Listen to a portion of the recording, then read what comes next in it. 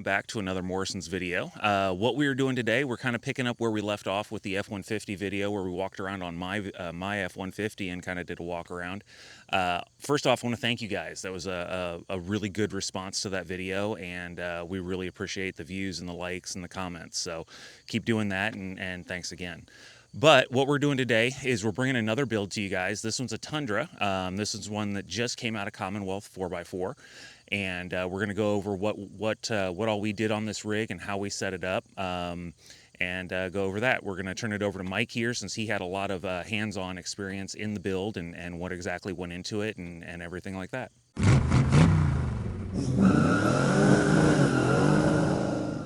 So we've got a 2020 Toyota Tundra TRD Pro, right, is what it kind of originally started as, but it's gone through several iterations, several different shops, and Commonwealth just did some work on it. But we want to kind of walk over how this truck is set up so that give you a little bit of idea of kind of what options. We're going to go over everything. We're going to start down on the ground with tires and wheels, suspension, all that good stuff, then go to armor, right, and talk about all the armor and all that, and then into camping and electrical. So we'll start at the front of the truck and kind of take a look around. So we just upgraded the tires and wheels on this truck. We went with the Nitto Ridge grapplers, or Recon grapplers, sorry, and they are 37-12-50, right? 18-inch wheel factory TRD Pro wheels on this. So he wanted to stick with his Pro wheels, so we did have to do a wheel spacer to space it out. Now, with this tire, we went with load range E, right? He's carrying a lot of weight. The Nittos are really good as far as their longevity on the road. They are a little bit stiffer compound, so you're gonna have to air them down quite a bit more when you get off-road, but they work really well on this truck, and this is more of kind of that hybrid tire. Also, can't really see it behind this wheel, but we do have the power brake kit on this. He's had it on for a while. We just did a refresh on them, new pads, new rotors. But the power brake is a 6-piston caliper. This truck's pretty heavy now, right? With all the different stuff it's got on it. So it definitely needed a brake upgrade. So it got the 6-piston caliper in the front with the bigger rotor a while back, and we did the refresh on it. And then in the rear, it has the D-line kit, which is just a pad and rotor upgrade. And these are slotted rotors. So that's the tire and wheel setup with a little bit about the brakes. Suspension wise, it's a little bit of a change, right? So this truck originally had a drop lift suspension on it, meaning all the brackets were dropped down, which actually lost him ground clearance in the front, but gave him quite a bit of lift, right? He had like a 6-inch lift on it. It was way too much. Then he dropped it down, and then his ground clearance was really low because we had to cut, or they had a previous shop cut a cross member out, all that good stuff. So we had to repair that, which meant that we had to cut that old cross member out that was cut, put a new one in at Commonwealth and weld it in place. It was welded in cross member, and get it back to where it needed to be. Now, front and rear, we're sitting at about 3 inches in the front, about 3.5 inches in the rear, but it is a little bit of a mix of a suspension. On the front, we have the Dobinson's IMS springs, right, with a heavy spring on the front and adjustable coilovers with upper control arms from Ironman 4x4. And then all new components, spindles, wheel bearings, everything built on the front end to kind of match going in with that new cross member and everything. So pretty much everything across the front end is new, even tie rod ends, all that kind of good stuff. On the rear of the truck, he already had a new leaf pack, right? A bigger leaf pack to carry the heavier loads, and he went with remote reservoirs from Icon. So we kept that the same. We didn't need to change the height or anything in the rear. Pretty much all the adjustments were done in the front to get it back to kind of better geometry, more ground clearance for the trail, and so forth. So that's his suspension setup. We did get to take it out on the trail, and it functioned very well, right? He's got, for an IFS truck, he's got a ton of flex, but on the road, still nice and smooth, carries the weight very well, works very well. So Dobinson's is a good option, and then paired with the upper control arms from Ironman, definitely made a difference. For armor, right? And this is where a lot of the weight on this truck comes from, because number one, this guy wheels this truck. You'll see some clips and stuff. Chad and Jill, they wheel this truck hard. So we wanted armor that was gonna function when he originally built this truck. So he went with pretty much the strongest and best that he could go with. So on the front, he's got the ARB front bumper, right?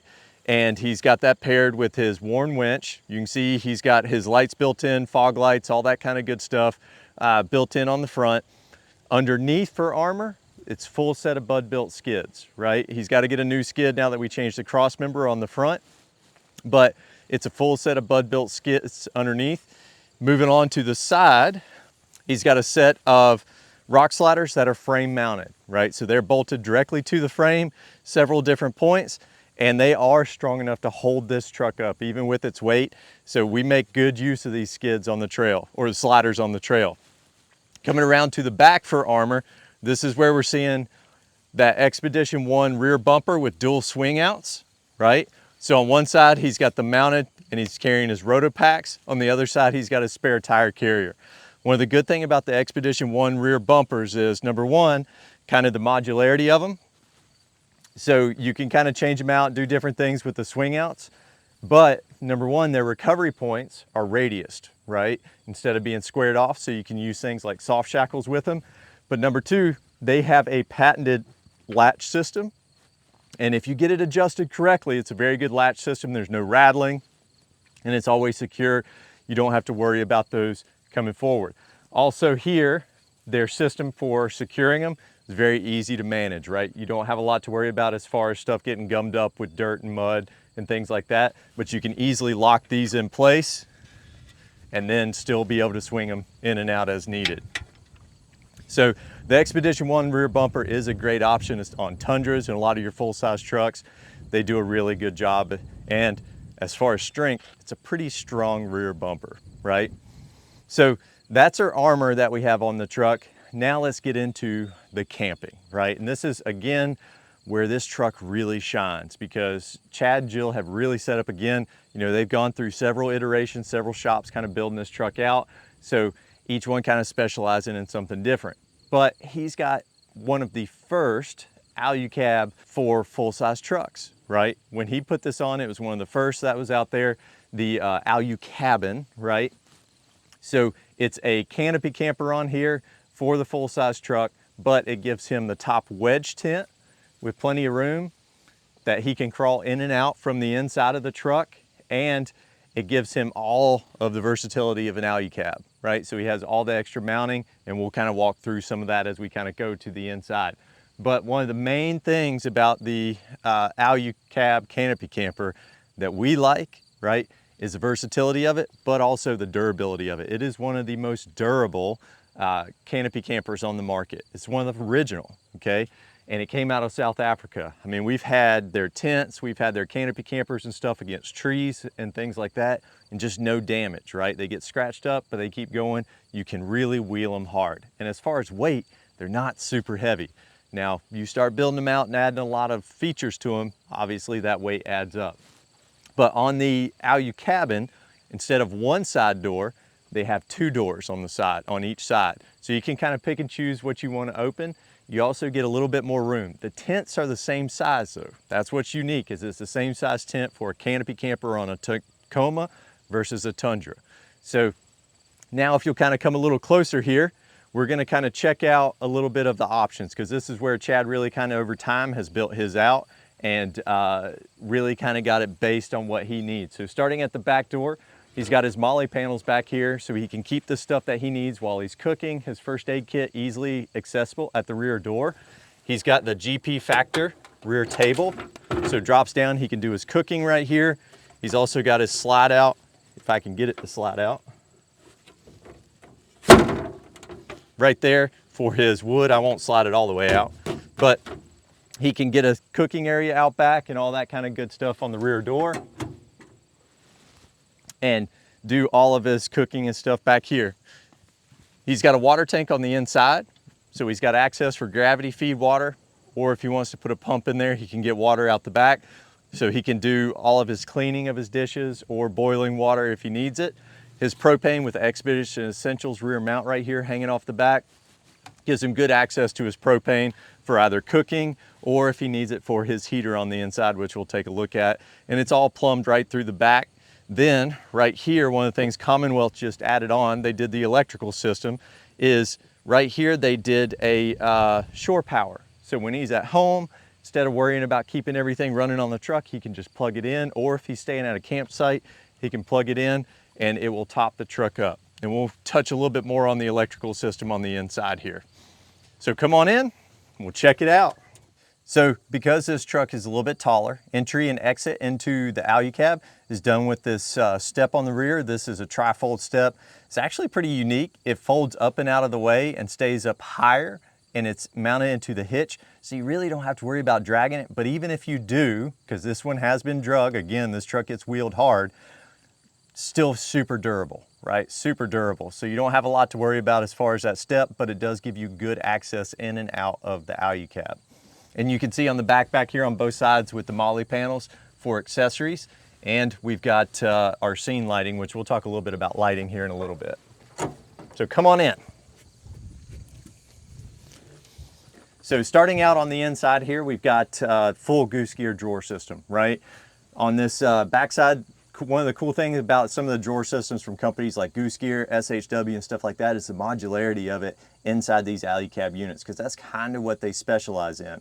So here, we've got drawer system on one side over here, so you could do all your storage of stuff like cooking utensils or camping gear, anything like that in the drawers, and they slide in and out. Notice it sits a little further out, right? Then, closer to the front here, we have top access bins, where we can just pull these bins open, and you've got stuff that's just dropped down inside there. Storage, just open area that you can put stuff in there. Then you throw this back in place, lock it down on both sides, and now it's secured in there. We don't have to worry about it bouncing around while we're wheeling on the trail. Here's what's pretty cool. Move my coffee out of the way. But right here on this side, this was something that Chad wanted specifically, right? So tucked a little bit more out of the way, but as we open these up and this drops down here, we have an area for all of our electrical, okay? And again, we'll touch on that in a minute, but all of our stuff is in here. We've got our LiPo battery, our Manager 30, all that cool stuff, and all of our wirings tucked away where we can access it super easy, super neat and clean. And it's good usable space inside the vehicle.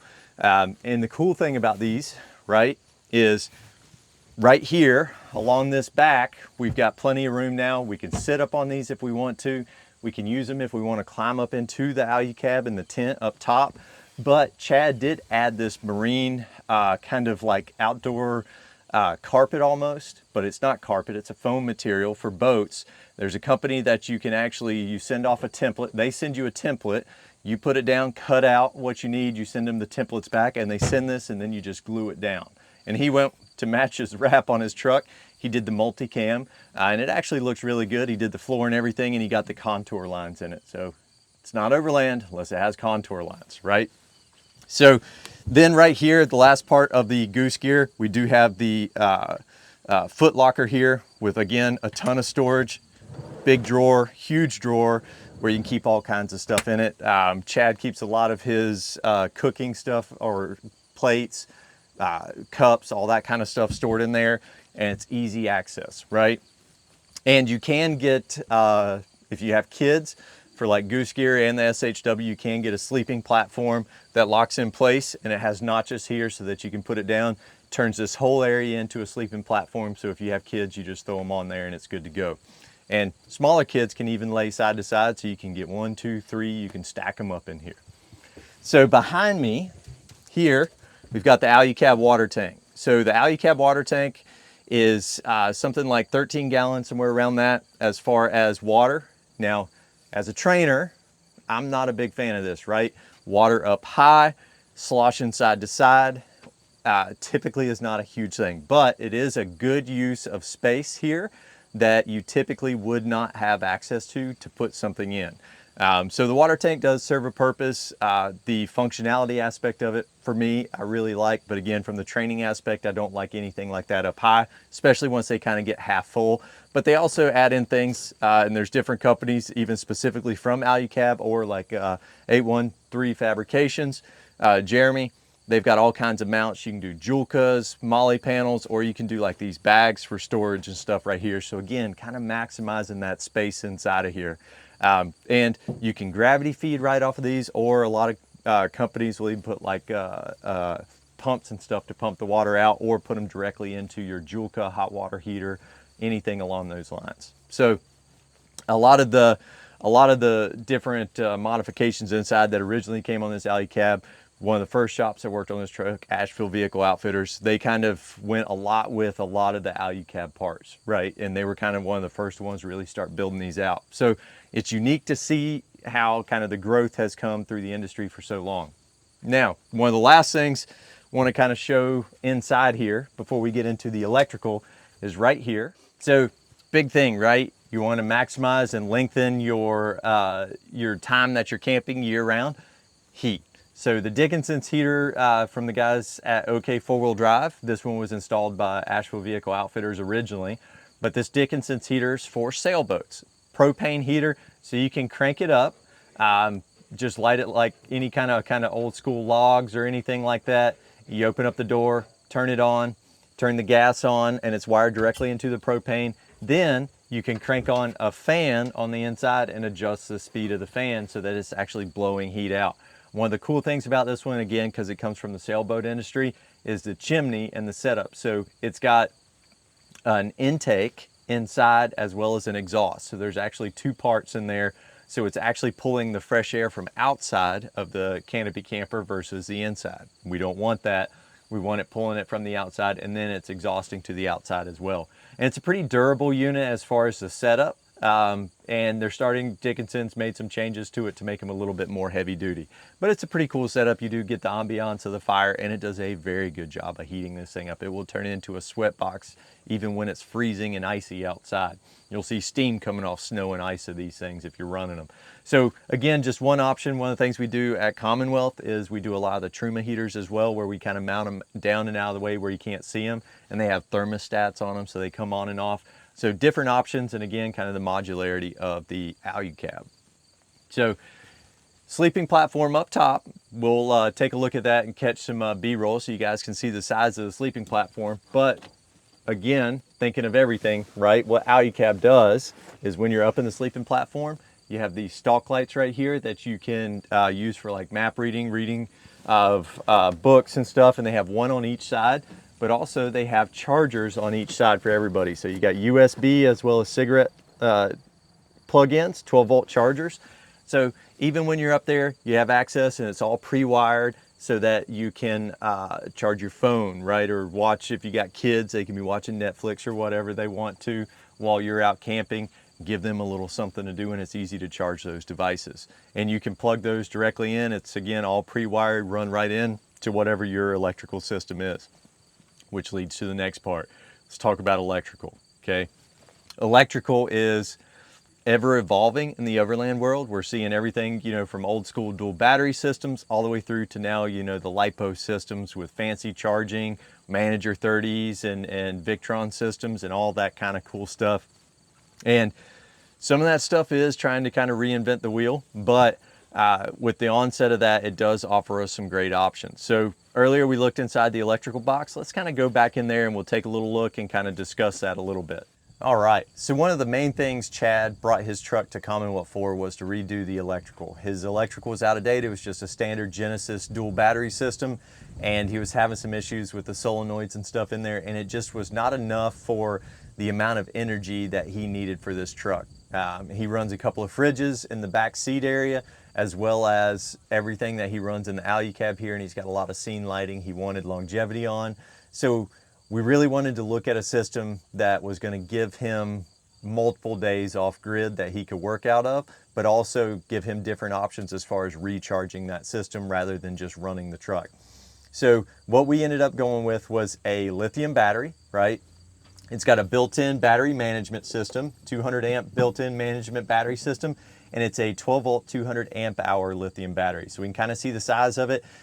Reason we went with this one was just the ease of getting it to fit in here, right? This section right here was ultimately what we wanted to take for the electrical, and we wanted to see that fit in there nice and tight. So we searched and we came up with this watt cycle battery, which is a good lithium battery that fit almost perfectly, right? Without having to make any modification to the drawer system. And we really didn't want to, because from Goose Gear, this was already pre-drilled for some of the components that we're going to talk about in a minute. So that's where we got that battery in there, and it was a perfect spot for it, and we didn't really have to use up or make any modifications to the drawer system, right? So Then to manage and keep that charged, we went with the Red Arc Manager 30 system. Now you can go with something like a BC-DC charger from Red Arc, or even like Renogy and stuff like that. But specifically the Manager 30 puts out a lot more charging from the vehicle. It manages more solar wattage coming through, as well as it works in shore power charging. So Chad and Jill specifically, you know, Chad travels a lot, so he'll leave his truck sat at home for a while. He wanted to just be able to leave it plugged in, and sometimes he's coming in and jumping right in his truck to go camping, so he didn't want to have to worry about getting everything cranked up and getting a battery charged and all that kind of stuff. So we did the shore power through the Manager 30, and that'll keep the truck topped up while it's at home. Then he can jump right in it and it's ready to take off. He doesn't even have to worry about cranking up fridges. It can keep those running. So that's where the Manager 30 comes in. It is a little bit bigger unit, but again, Goose Gear right here, they had this plate, it's already pre-drilled for it, ready to go. Then to manage all of the accessories that he has back here, we went with the Red Vision system on the back. Now the Red Vision system does several things. When it's incorporated with what we call the Rogue system, which is the one we used here, then basically it's kind of like a switch system where it's already fused and set up. It comes with 10 channels for electronics, but it also comes with channels so we can do fluid checks, right? So we could even put in sensors inside water tanks and stuff like that, where it would kind of look at and let you know what your water tank's at, or if you had auxiliary fuel tanks, or even black water or gray water, it can manage all that. But it also gives you all the system to let you know what is charging what. So when it's in shore power, how many amps are coming in. Ow! So the switch system will let you know that what's charging what. So if it's on shore power, solar, or even with the truck running, it lets you know how many amps are coming in. It also manages how many amps are going out and gives you an estimate of battery life based on current consumption, right? So Chad was excited to see last night with just his fridges running, he had almost 11 days of battery power, which is a lot, right? And not many of us are going out for 11 days. But also too, now he can manage everything from this switch system as far as his scene lighting, excuse me. And we did everything for the Alu-Cab back. So all of his scene lighting, fridges that are in his back seat, but also his USBs, all that stuff, stalk lights and lights inside the canopy camper can all be controlled by this. It's also Bluetooth, so he was able to connect it to his phone if he wants to be able to control it from inside the cab of the truck or whatever it may be. So really unique system, and we did this plate right here that SHW cut out for us.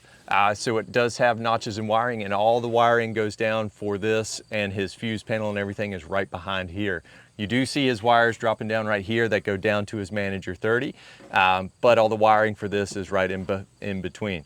We didn't on this particular truck, and we'll see why in a little bit, but we can daisy chain multiple of these together if he wanted the control in the front of the truck for that. But again, you can also do it with Bluetooth from your phone.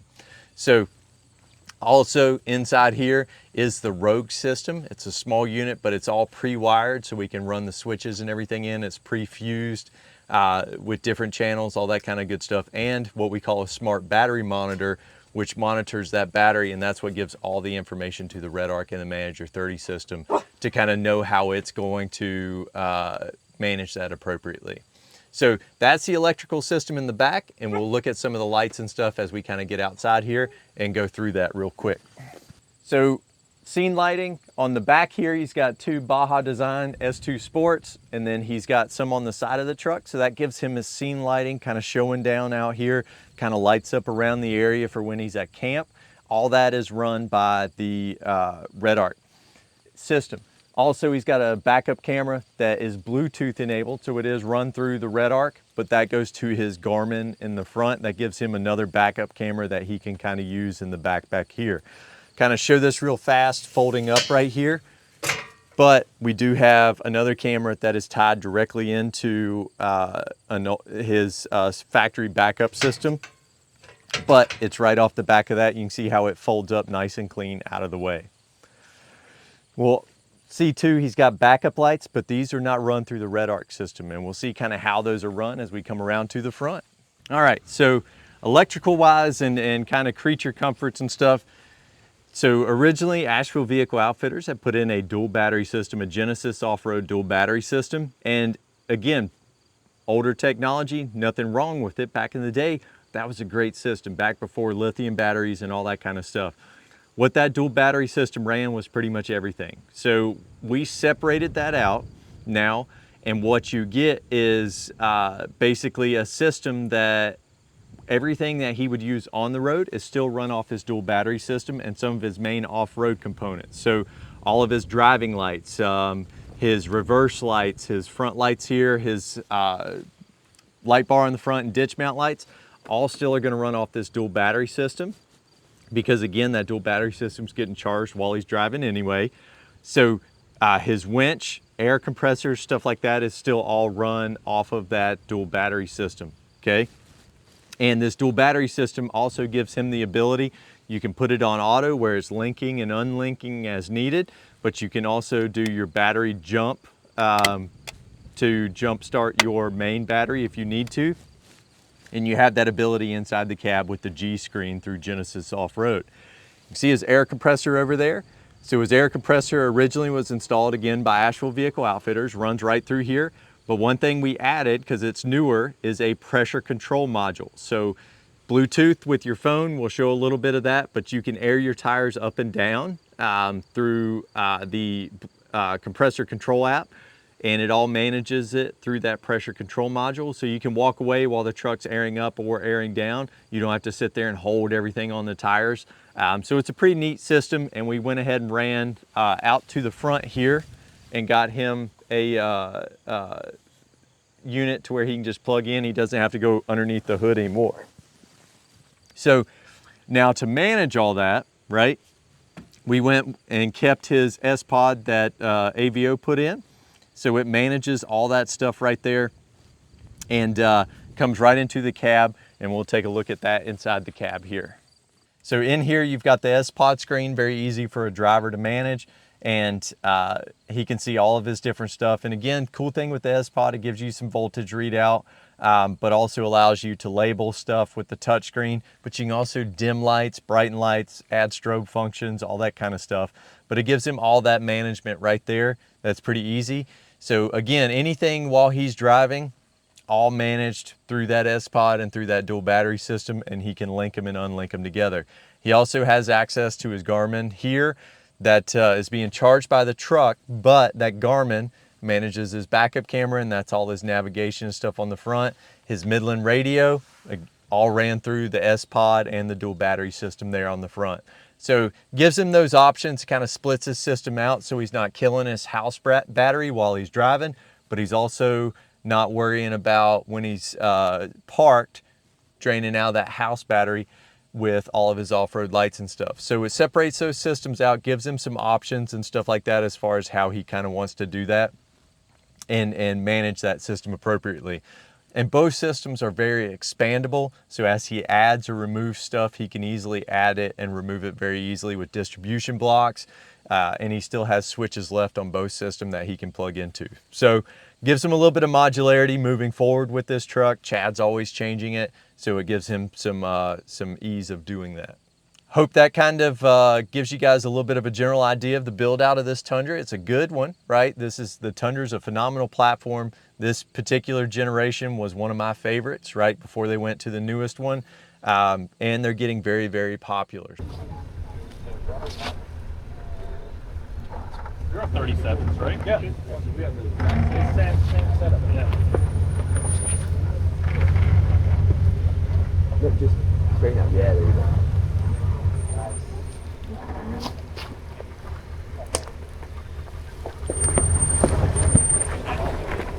Yeah, your truck's dialed in. Round version. Either 3.0 or 4.0. Yeah, I mean, so much has been redone, but I mean, that's how you're gonna done. know. Like, yeah.